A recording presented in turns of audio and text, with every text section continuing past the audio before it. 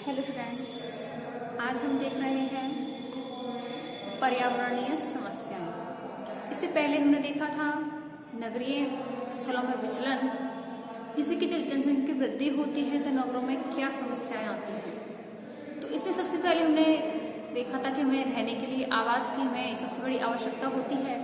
आवास के साथ साथ अगर हम देखते हैं कि हमारा चारों बगल का जो वातावरण होता है, जो हमारा पर्यावरण होता है, यह भी आवश्यक है कि यह भी अच्छा हो, यानी कि मनुष्य की रहने के लायक हो। अब हमारे शहरों में आपने देखा है कि बड़ी बड़ी उद्योग कंपनियां हैं, फैक्ट्रियां हैं, इनसे धुआं निकलता है, विषाक्त गैसें निकलती हैं, बड़ी बड़ी जो मशीनें होती हैं इनसे तीव्र ध्वनि होती है, इनसे रसायन युक्त जल प्रवाहित होता है, गंदा जल निकलता है, जिससे कि हमारे जो आसपास की जो नहरें होती हैं, नदियां होती हैं, ये दूषित हो जाती हैं। तो जो नगर के जो आज की जो सुविधाएं हैं, बड़ी बड़ी कंपनियां हैं, औद्योगिक कल कारखाने हैं, इनकी वजह से हमारे जो पर्यावरण है ये प्रदूषित होता जा रहा है। जो मनुष्य के चारों ओर होता है, मनुष्य के जो जीवन का अंग होता है, जैसे कि जीव जंतु हैं, पेड़ पौधे हैं, जल है, आवास है, यानी कि व्यक्ति की जो मूलभूत आवश्यकताएं होती हैं, जो कि व्यक्ति आए दिन अपने दैनिक जीवन में जिन चीज़ों को महसूस करता है, जिन चीज़ों का यूज करता है, वो सभी व्यक्ति का पर्यावरण कहलाता है। परंतु इनमें अब प्रदूषण की समस्याएं बढ़ गई हैं। चारों तरफ गंदगी होती है, दूषित हवा होती है, तो इस प्रकार से जो हमारे शहर का जो वातावरण होता है वह बहुत प्रदूषित हो गया है। आज की वीडियो है हमारी पर्यावरण प्रदूषण के ऊपर। तो पर्यावरण जो समस्याएं हैं, पर्यावरणीय समस्याएं हैं, तो इसको समझने के लिए सबसे पहले हम देखते हैं पर्यावरण प्रदूषण। तो पर्यावरण प्रदूषण है क्या? तो उस प्रदूषण से पहले हम जानेंगे पर्यावरण। पर्यावरण है क्या? तो पर्यावरण हमारा दो शब्दों से मिलकर बना है, परि प्लस आवरण। परि का अर्थ होता है चारों ओर, और आवरण यानी कि ढका हुआ, यानी कि चारों ओर से ढका हुआ वह आवरण जो कि व्यक्ति को चारों ओर से ढककर यानी कि घेर कर रखता है, वह पर्यावरण कहलाता है। अब चारों ओर व्यक्ति की क्या होती है? भूमि होती है, जल होती है, वायु होती है, मिट्टी होती है, हवा होती है। तो जो ये पेड़ पौधे होते हैं, जीव जंतु होते हैं, तो ये व्यक्ति के क्या होते हैं?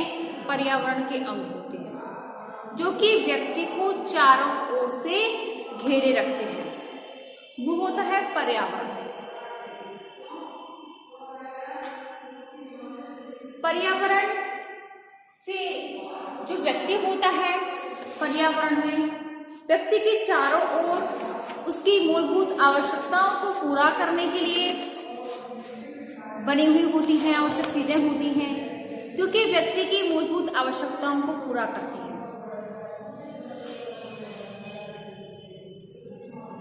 पर्यावरण में वे सभी चीजें आती हैं जो चाहे प्राकृतिक हो, चाहे वो सामाजिक हो, जो कि व्यक्ति को चारों ओर से घेर के रखती हैं। जैसे कि जल होता है, वायु है, भूमि की बनावट होती है, तापमान है, ऋतुएं हैं, मौसम चक्र है, खनिज पदार्थ हैं, कहीं आर्द्रता है, कहीं शुष्कता है, कहीं नमी है, कहीं चारों ओर घनी घनी होती है, विभिन्न प्रकार के जीव जंतु होते हैं। तो ये सारे औद्योगिक धंधे होते हैं, कारखाने होते हैं, फैक्ट्रियां होती हैं। तो ये सब जो विभिन्न चीजें होती हैं व्यक्ति के जो मूलभूत आवश्यकताओं की पूर्ति करते हैं, ये संपूर्ण सामाजिक जीवन को, व्यक्ति की संपूर्ण सामाजिक जीवन होता है उसको प्रभावित करती है। और ये दशाएं मानव का जीवन चारों ओर से घेर के रखती है। अब आता है हमारा पर्यावरण प्रदूषण। अभी हमने देखा था पर्यावरण, अब हम देख जो पर्यावरण का जो अर्थ है इसके अंतर्गत आता है हमारा जो पर्यावरण जो हमारा होता है, जो समुद्र स्थल से अगर हम देखते हैं तो लगभग 2 किलोमीटर ऊपर और 2 किलोमीटर नीचे इस जो भाग होता है, इस ये मनुष्य का भाग कहते हैं कि मनुष्य का मानव जीवन जो होता है इससे संबंधित होता है। यहाँ पर मनुष्य के लिए सभी प्रकार की चीजें पाई जाती हैं, भौतिक सुख सुविधाएं होती हैं। तो जो हमारा ये वायुमंडल होता है, इसमें वातावरण जो होता है, इसमें सबसे पहले आता है स्थल मंडल, जहाँ पर की मृदा होती है, स्थल होती है, मिट्टी होती है, जहाँ पर मनुष्य रहता है, मनुष्य का जीवन होता है। इसके बाद आता है जलमंडल, जो कि समुद्र युक्त होता है, जल से प्रभावित होता है। ठीक है, इसके बाद हमारा आता है वायुमंडल, जहाँ पर कि स्थल मंडल से 2 किलोमीटर ऊपर, जहाँ पर कि चारों तरफ वायु ही वायु होती है, वो होता है वायुमंडल, जिसका कि चारों तरफ से वहां पर हर प्रकार की गैसें पाई जाती हैं, हवा होती है, वायु होती है। ठीक है, तो वो होता है हमारा वायुमंडल। अब आता है जीवमंडल, जहाँ पर मनुष्य रहते हैं, जहाँ पर मनुष्यों का जीवन संभव है, पशु पक्षी होते हैं, जीव होते हैं, पेड़ पौधे होते हैं, तो वो होता है हमारा जीवमंडल। तो यहाँ पर अब आता है हमारा पर्यावरण प्रदूषण। पर्यावरण देखा, अब आता है हमारा पर्यावरण प्रदूषण। तो जो आमतौर पर लोग प्रदूषण को लेते हैं गंदगी और दोष, यानी कि कहीं पर पर्यावरण प्रदूषण का शब्द आ जाता है तो लोग उसका अर्थ गंदगी और दोष से लेते हैं। तो केवल गंदगी और दोष होना ही पर्यावरण प्रदूषण नहीं है, बल्कि पर्यावरण प्रदूषण एक ऐसी दशा है जो पर्यावरण और वातावरण की जो गंदगी होती है उसकी अनियंत्रितता को बोध करती है। यानी कि एक नियंत्रित तौर पर अगर हो तो कोई दिक्कत नहीं है, लेकिन जो हमारी विषाक्त गैसें होती हैं, कहीं पर जल है, कहीं पर वायु है, अगर उनमें अनियंत्रित हो जाए तो वो उसका बोध कराती हैं और बताती हैं कि यहाँ पर प्रदूषण हो चुका है। तो इसका तात्पर्य अगर हम देखते हैं कि प्रकृति के जो तत्व होते हैं उनमें संतुलन की कमी आ जाती है, उनमें संतुलन नहीं बन पाता है, संतुलन बिगड़ जाता है उनका। जैसे कि आज का मानव जो है उसने विज्ञान और टेक्नोलॉजी बहुत ही उन्नति कर ली है, बहुत ही उसने प्रगति हासिल कर ली है, जिसके कारण उसे और उसमें काफी सफलताएं प्राप्त की हैं, नई नई कंपनियां हुई हैं, प्रौद्योगिकी में सफलता प्राप्त की है। इसने पर्यावरण की प्राकृतिक रूप से जो हानि होने के साथ साथ जीव जंतुओं, पेड़ पौधों के प्रतिकूल जो प्रभाव पड़ता है उसका उसने समझाया है उसने। और जो पर्यावरण प्रदूषण जो होता है वह एक ऐसी दशा है जिसमें वातावरण का जो निर्माण करने वाले किसी तत्व की कमी हो जाए या कहीं पर हानिकारक तत्व बढ़ जाए तो उसके लिए प्राकृतिक पदार्थ जो हानि पहुंचाते, जो लाभदायक जो चीज होती है, पदार्थ होते हैं, उन्हें फिर हानिकारक जो पदार्थ होते हैं वो हानि पहुंचाते हैं, तो वो स्थिति प्रदूषण का कारण बनती है। प्रदूषण के अगर हम देखते हैं कि जो पर्यावरण में प्रदूषण पैदा करते हैं वो प्रदूषक कहलाते हैं। कि हमारे पर्यावरण, जो हमारे चारों तरफ जो पर्यावरण है उनमें जो प्रदूषण करने वाले जो कारक होते हैं वे होते हैं प्रदूषक। और प्रदूषक कौन कौन से क्या होते हैं, जैसे कि धूल के कण होते हैं, विषाक्त गैस होती है, धुआं होती है, जल में दुर्गंध होती है, तो वो जल में दुर्गंध मुझे जल को दूषित कर देगी। जहरीली गैस अगर निकलती है तो उससे हमारे आसपास की वायु होती है वो दूषित होती है, वायु प्रदूषण होता है।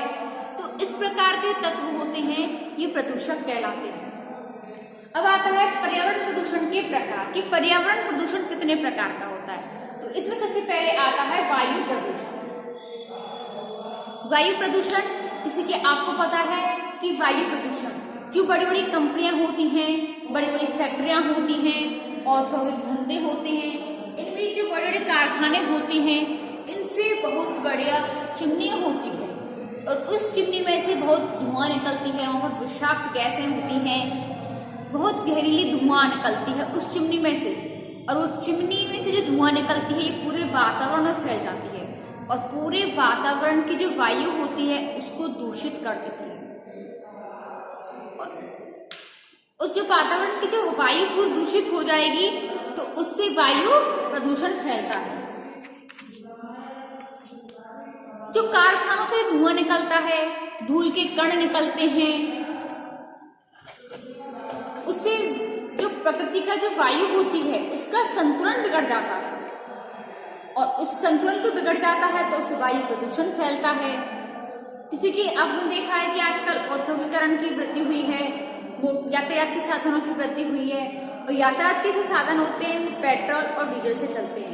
जो पेट्रोल डीजल से चलते हैं तो उनसे जो निकलने वाला जो धुआं होता है उनसे भी वायु प्रदूषण फैलता है, क्योंकि यातायात के साधन जो होते हैं उनसे धुआं निकलता है और धुआं वायु को प्रदूषित करती है, जिससे कि मानव जीवन जो होता है उसका जो जीवन है वो संकट में पड़ता जा रहा है। यानी कि जो उनको गंभीर से गंभीर बीमारियां होने लगी हैं, अस्थमा की बीमारी हो जाती है, श्वास संबंधी रोग हो जाते हैं, तो इस प्रकार के उनका दम घुटता है, उनको सांस लेने में दिक्कत होती है, तो जो वायु प्रदूषण उनको बहुत अधिक फैल जाता है। अब आता है वायु प्रदूषण के कारण। वायु प्रदूषण के कारण जैसे कि आपको पता है कि जो रासायनिक उर्वरक होते हैं, कागज होते हैं, चीनी होती है, सीमेंट होते हैं, ये दूसरे उद्योग होते हैं, उनमें कुछ ऐसे पदार्थों का उपयोग किया जाता है जिनसे कि जो हानिकारक गैस निकलती है वो पूरी वायु में फैल जाती है, और जब पूरी वायु फैल जाएगी और व्यक्ति सांस लेगा तो जहरीली गैस होती है, जहरीली धुआं होती है, सांस के साथ व्यक्ति के अंदर जाएगी। जब व्यक्ति के अंदर जाती है तो व्यक्ति के फेफड़े कमजोर हो जाते हैं, व्यक्ति को सांस लेने में दिक्कत आती है ना। और इसी प्रकार से उनका मतलब जो जैसे कि आपको पता है वायु प्रदूषण के लिए हमारे जो पेड़ बहुत रक्षक होते हैं, वो कार्बन डाइऑक्साइड जो गैस होती है वो अपने अंदर लेते हैं, और जो ऑक्सीजन की हमें जरूरत होती है ऑक्सीजन गैस हमको छोड़ते हैं, और जो ऑक्सीजन गैस छोड़ते हैं उसको हम ग्रहण करते हैं। तो इस प्रकार से प्रकृति का संतुलन बना रहता है। तो जो वायु प्रदूषण के जो कारण होते हैं, कारक होते हैं, वो होते हैं मोटर बाइक होती हैं, बड़े बड़े औद्योगिक कल कारखाने होते हैं जिससे कि चिमनी में से धुआं निकलता है, तो ये वायु प्रदूषण को फैलाने में बहुत सहायक होते हैं, इनके कारक होते हैं। अब आता है वायु प्रदूषण के प्रभाव, कि वायु प्रदूषण अगर हो जाता है तो इसका मानव व्यक्ति पर क्या प्रभाव पड़ता है। तो जब वायु प्रदूषण हो जाता है तो प्रकृति का संतुलन बिगड़ जाता है, जिससे कि मानव जीवन संकट में आ जाता है, व्यक्ति को स्वास्थ्य बिगड़ जाता है। इसके साथ साथ ही कहीं पर अल्पवृष्टि होती है, कहीं अनावृष्टि होती है, कहीं सूखा पड़ता है, अकाल पड़ता है, कहीं पर बाढ़ जैसी स्थिति आ जाती है। तो इस प्रकार से प्रकृति का जो संतुलन होता है बिगड़ जाता है, कहीं पर ज्वालामुखी फूटते हैं, कहीं भूकंप आ जाता है, कहीं तूफान। तो इस प्रकार से प्राकृतिक जो आपदाएं होती हैं वायु प्रदूषण के कारण होती रहती है। इसके बाद आता है जो हमारे जो कार्बन युक्त जहरीली गैसें निकलती हैं, इससे मानव का स्वास्थ्य दिन ब दिन गिरता चला जाता है, उसे श्वास संबंधी रोग हो जाते हैं, है ना। तो इस प्रकार से मानव की जो प्रक्रिया होती है वो धीमी हो जाती है। अब आता है वायु प्रदूषण के नियंत्रण, यानी कि अगर वायु प्रदूषण को हमें नियंत्रण करना है तो इसमें हमें क्या करना चाहिए। तो सरकार को जो हमारे पुराने वाहन हैं इनकी रोकथाम करनी चाहिए, जिससे कि जो उनसे निकलने वाला जो धुआं होता है वो हमारे वायु को बहुत अधिक प्रभावित करता है। तो जो बहुत पुराने वाहन हैं जिनमें से कि धुआं अधिक निकलता है उनकी रोकथाम करनी चाहिए। प्लस इसके साथ ही जो बड़े बड़े औद्योगिक धंधे हैं, कल कारखाने हैं, जिनसे कि चिमनियों में से धुआं निकलता है उन पर रोकथाम लगानी चाहिए, और जिनसे गंदे पानी की जो निकल कर जो नहरों में जाते हैं पानी मिलना चाहिए उन पर रोकथाम लगानी चाहिए। इसी के साथ ही और जो औद्योगिक धंधे हैं उनको शहरों से यानी कि आवासीय स्थानों से कहीं दूर स्थापित करना चाहिए, जिससे कि मानव जीवन संकट में ना आए। ठीक है, यह हो गया हमारा वायु प्रदूषण। अब आता है हमारा जल प्रदूषण। जल प्रदूषण जैसे कि आपको पता है कि बड़ी बड़ी औद्योगिक धंधे होते हैं, फैक्ट्रियां होती हैं, कारखाने होते हैं, उनमें मतलब कि पानी की बहुत आवश्यकता होती है, जिनसे कि जो पानी जो काम में आता है, जो गंदा पानी होता है, जो कि अपशिष्ट पदार्थ होते हैं, वो पानी के साथ ही बहा दिए जाते हैं, और वो पानी कहाँ जाकर मिल जाता है, नहरों में, झीलों में जाकर मिल जाता है। और जो गंदा पानी, जहरीली गैसों का युक्त पानी और जो अपशिष्ट पदार्थ होते हैं उनका पानी अगर नहरों में, झीलों में जाकर मिलेगा तो पूरा पानी दूषित हो जाता है। जैसे कि कई लोग आस्था को लेकर भी जल प्रदूषण करते हैं। जैसे कि आपने देखा होगा कि गणेश विसर्जन होता है, नवरात्रों में माँ देवी का विसर्जन होता है, तो उनको पानी में प्रवाहित कर देते हैं, बड़ी बड़ी नदियों में प्रवाहित करते हैं, जिससे कि वहां का पानी दूषित हो जाता है। और वो पानी अगर हम पिएंगे तो व्यक्ति का स्वास्थ्य खराब होगा ही, है ना। तो इसी के साथ ही मतलब कि जो अगर आपने देखा होगा कि पानी व्यक्ति के लिए अमूल्य है, यानी कि पानी एक ऐसा है जिससे कि जीवनदायी तत्व समझा जाता है कि जल के बिना जीवन संभव नहीं है। जल है तो जीवन है, ये कहावत आपने सुनी होगी। तो आपने देखा होगा कि जल के बिना जीव का अस्तित्व ही नहीं है। अगर हम जल को प्रदूषण करेंगे, जल को प्रदूषित करेंगे, जल को खराब करेंगे, तो पीने के लिए पानी कहाँ से आएगा। हर चीज व्यक्ति के लिए, हर चीज के लिए पानी की आवश्यकता होती है। पानी की कमी हो जाएगी तो व्यक्ति का जीवन ही नहीं होगा। तो जो गंदा पानी होता है, गंदे पदार्थों का पानी होता है, वहां पर विषाणुओं की मात्रा बढ़ने लग जाती है, जिससे कि जल प्रदूषण होने लगता है। अब आता है जल प्रदूषण के कारण कि जल प्रदूषण के स्रोत एवं कारण। जल प्रदूषण कैसे होता है? तो बड़ी बड़ी औद्योगिक कंपनियां होती हैं, बड़ी बड़ी फैक्ट्रियां होती हैं, नदियां होती हैं, झील तालाब होते हैं। इनमें गंदे पानी, गंदे कूड़ा करकट, मृत जीव जंतुओं को छोड़ देते हैं, उनसे कि जल प्रदूषण उत्पन्न होता है। यानी कि जो गंदा पानी हो जाएगा, जल प्रदूषित हो जाता है। कारखाने होते हैं, उनसे दुर्गंधपूर्ण गंदा पानी निकलता है, अपशिष्टों का पदार्थ निकलता है, वो नदियों में मिल जाता है, जिससे कि जल प्रदूषण हो जाता है। आपने देखा होगा कि डिटर्जेंट होते हैं, साबुन होते हैं, जिससे कि हम कपड़े धोते हैं, है ना, वो नदियों में जाकर मिल जाता है, उससे जल प्रदूषण होता है। तो इस प्रकार से जो हमारे औद्योगिक जो धंधे होते हैं, औद्योगिक कल कारखाने होते हैं, इनसे जो अपशिष्ट पदार्थ निकलते हैं, मृत जो जीव जंतु होते हैं, इनसे हमारा जल खराब हो जाता है, प्रदूषित हो जाता है। और हम अगर उस जल को ही अधिक दिन तक उपयोग में लेते हैं तो हमारा स्वास्थ्य खराब हो जाता है। अगला आता है जल प्रदूषण के प्रभाव, यानी कि इससे जल प्रदूषण से व्यक्ति पर क्या प्रभाव पड़ सकते हैं, मानव जीवन पर क्या प्रभाव पड़ेंगे जल प्रदूषण के से। तो जल प्रदूषण अगर होगा तो इससे व्यक्ति को तपेदिक रोग हो सकते हैं, अपच की बीमारी हो जाती है, यानी कि पचता नहीं है कुछ भी, डायरिया हो जाता है, हैजा हो जाता है, पीलिया, क्योंकि ये रोगाणु फैलाने वाले जो मुख्य कारण होते हैं। व्यक्ति को बुखार हो जाता है, जुकाम हो सकते हैं।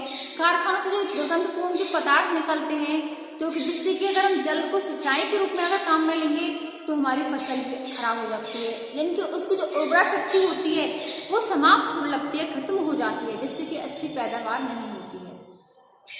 ये हमारे मानव जीवन पर इसके प्रभाव पड़ सकते हैं। अगला आता है जल प्रदूषण की रोकथाम। तो यानी कि जैसे कि आपको पता है कि जो कारखानों से जो गंदा अपशिष्ट पदार्थ निकलता है या मृत जीव जंतुओं को हम पानी में डाल देते हैं, जिससे कि मानव जीवन यानी कि जल प्रदूषण हो जाता है। और अगर हम इस जल को पिएंगे तो हमारा स्वास्थ्य खराब होगा। तो इसकी रोकथाम करने के लिए सबसे पहले हमको चाहिए कि कारखानों से जो निकलने वाला गंदा पानी होता है, गंदे तत्वों का जो पानी होता है, इसको नदियों में प्रभावित करने से रोका जाए। प्लस समय समय पर नदियों की, झीलों की, तालाबों की साफ सफाई भी की जाए। जो घरेलू गंदगी होती है उनको नदियों में प्रभावित करने से रोका जाए, नदियों में न डाले जाए। मृत जीव जंतु होते हैं इनको भी पानी में न फेंका जाए। जो सार्वजनिक तालाब होते हैं, झील होती हैं, इनकी भी समय समय पर साफ सफाई की जाए, जिससे कि हम गंदे पानी को शुद्ध पानी में परिवर्तित कर सकते हैं। गंदे पानी को, शुद्ध पानी को गंदा न बनाएं। अगला आता है ध्वनि प्रदूषण। तो ध्वनि प्रदूषण के जैसे कि आपने देखा होगा कि ध्वनि प्रदूषण क्या होता है।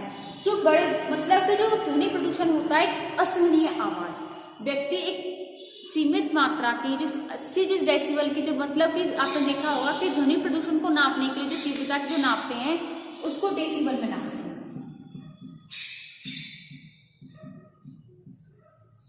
डेसिबल जो 80 डेसिबल तक हम 80 डेसिबल तक की ध्वनि होती है उसको हम सहन कर सकते हैं, और इससे ऊपर की ध्वनि होती है वह असह्य होती है, यानी कि बहुत तेज ध्वनि कह सकते हैं हम उसको शोर कह सकते हैं हम। और 120 डेसिबल की ध्वनि तो बहुत असहनीय हो जाती है। और व्यक्ति अगर 70 से 80 डेसिबल तक की ध्वनि में अगर बहुत समय व्यतीत करता है तो व्यक्ति को मानसिक बीमारियां हो सकती हैं। यानी कि अगर हम सामान्य बोलचाल करें तो उसकी ध्वनि को हम 20 से 25 डेसिबल तक नाप सकते हैं। 20 से 25 डेसिबल की ध्वनि में हम बातचीत कर सकते हैं। आमतौर पर 80 ध्वनि तक हम सुन सकते हैं, लेकिन अगर ज्यादा दिन तक अगर हम इस ध्वनि के बीच में रहते हैं तो व्यक्ति को मानसिक विकृति आ जाती है। 120 की डेसिबल की ध्वनि पर व्यक्ति की मानसिक विकृति हो जाती है, पागल चिड़चिड़ापन हो जाता है उसको। और 150 डेसिबल पर तो व्यक्ति बिल्कुल ही पागल हो सकता है। अब आते हैं ध्वनि प्रदूषण के स्रोत एवं कारण। जैसे कि आपने देखा होगा कि बड़ी बड़ी औद्योगिक कंपनियां होती हैं, फैक्ट्रियां होती हैं, तो बहुत बड़ी बड़ी मशीनें होती हैं, इनसे बहुत ही शोर होता है। यातायात के साधन होते हैं, उनसे हॉर्न निकलता है, म्यूजिक होता है, उनसे भी बहुत आवाजें होती हैं।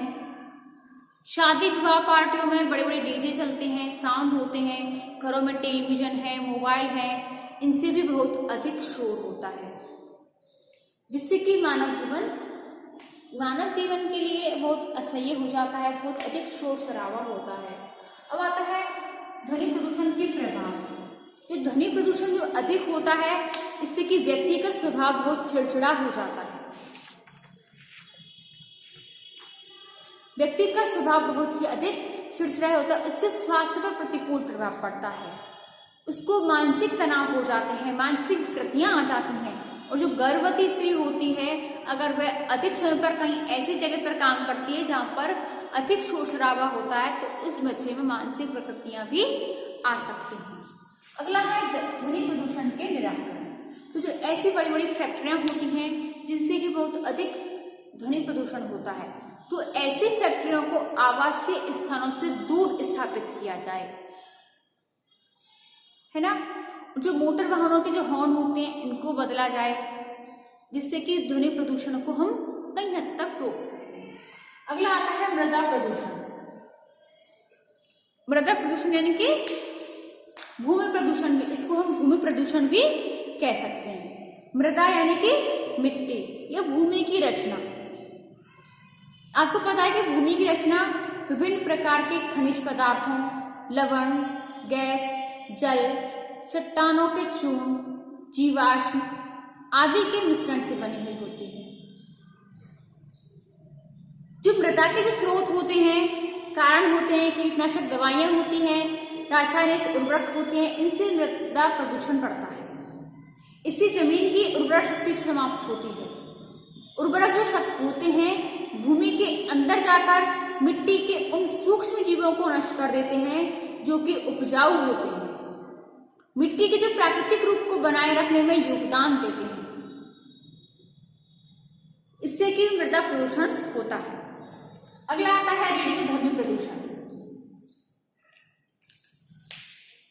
वैज्ञानिकों ने जब परमाणु की खोज की तो उन्हें ये परिणाम प्राप्त हुए कि परमाणुओं में असीम शक्ति है।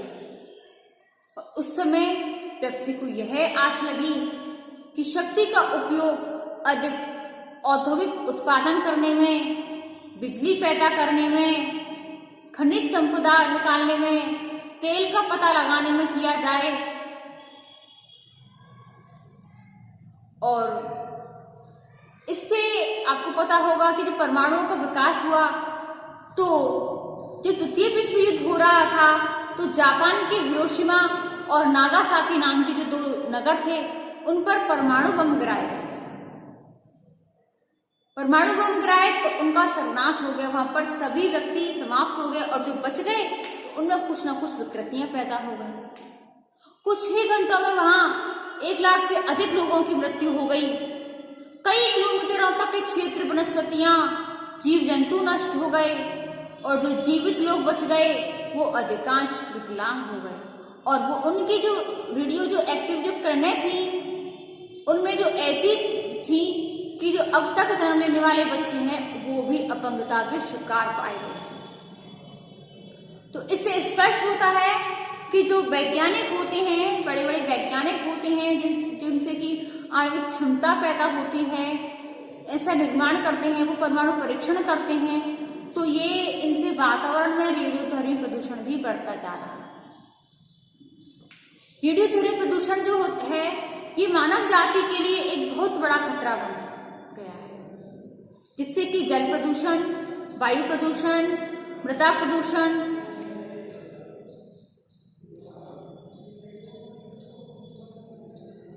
ये सभी, इन सभी को तो रोका जा सकता है अपने प्रयत्नों के द्वारा। व्यक्ति अगर इन पर नियंत्रण करे तो इन सब प्रदूषण को रोक सकते हैं, परंतु जो रेडियोधर्मी प्रदूषण है इसको रोक पाना इतना कठिन है, इतना कठिन कार्य है कि परमाणु रिएक्टर और भट्टियों के आणविक जो प्रक्रिया में बचे हुए कचरे को नष्ट करना भी बहुत गंभीर समस्या बन गई है। यानी कि इनको बनाने के लिए जो कचरा एकत्रित किया सकता है, आणविक परमाणु होते हैं, इनको समाप्त करना भी बहुत अधिक कठिन हो गया है। तो स्टूडेंट्स, आज की वीडियो में हम इतना ही देखेंगे। इससे आगे यानी कि पर्यावरण प्रदूषण के जो आगे का चैप्टर है इसको हम देखेंगे अपने नेक्स्ट वीडियो में। धन्यवाद।